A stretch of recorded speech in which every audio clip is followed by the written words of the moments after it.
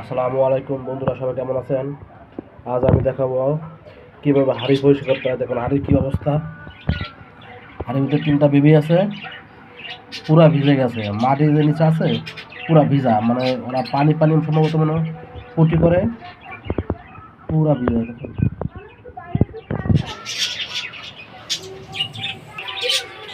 আমি বেবি কোটা আগে উঠাই। ও শিট, দেখুন কীভাবে চুল আটকেছে।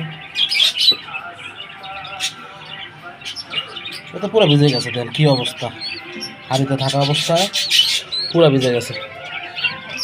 আর কী অবস্থা। এখন আমি হাঁড়িটা পরিষ্কার করবো। এই একটা কাঠ নেবেন, কাঠ নিয়ে ভিতরে এমনি ভালোভাবে পরিষ্কার করে নেবেন। নেওয়ার পর তো হালকা 5 থেকে 10 মিনিট রেখে দেবেন। রাখা দেওয়ার পর শুকিয়ে যাবে। শুকিয়ে গেলে আবার হালকা কিছু এই ধরনের কিছু মিক্সার দেবেন। এগুলো দিলে আবার পাখিতে সমস্যা হবে না। এগুলো হচ্ছে পাখির খাবার প্রসেসে শেষে যে থাকে না খোসা, ওগুলো দিয়ে রাখবেন, তারা সমস্যা হবে না। আমি এখন হাঁড়িটা পরিষ্কার করবো। ওকে, অলরেডি আমি দেখলাম হাঁড়ি পরিষ্কার করা শেষ আমার, কিন্তু হাঁড়িটা হালকা হালকা ভিজা আছে, ওটা শুকাইতেছে। এখন আমি এসে ভিতরে আমি 2-3 মিনিট পর আমি এই ভিতরে আমি কিছু পাখির খাবারের খোসা যে আছে ওইগুলো আমি দিয়ে দেবো, তখন আর সমস্যা হবে না। ওকে বন্ধুরা, দেখুন আমি হালকা একটু টিস্যু দিয়ে রাখলাম। টিস্যু দিলে পানিটা টেনে নেবে, পুরো পানিটা শুষে নিতে আছে, কারণ হাঁড়িটা মোটামুটি ভিজাই ছিল।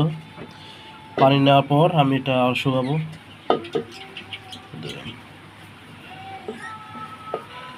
শুকে গেছে পানি নেওয়ার পর।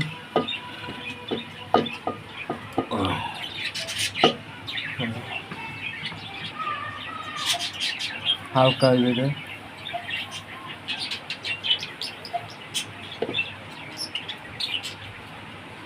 ওকে, এখন আর কিছু হবে না। এখন গরম লাগবে, ওটা ঠান্ডা লাগবে না। দেখুন পাখিগুলো কি অবস্থা, কাদা লেগে ওদের অবস্থা একবারে হয়ে গেছে।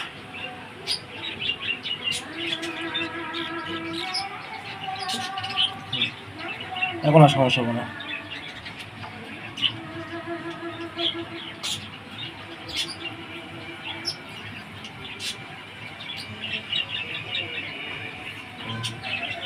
এখন নিরাপদ।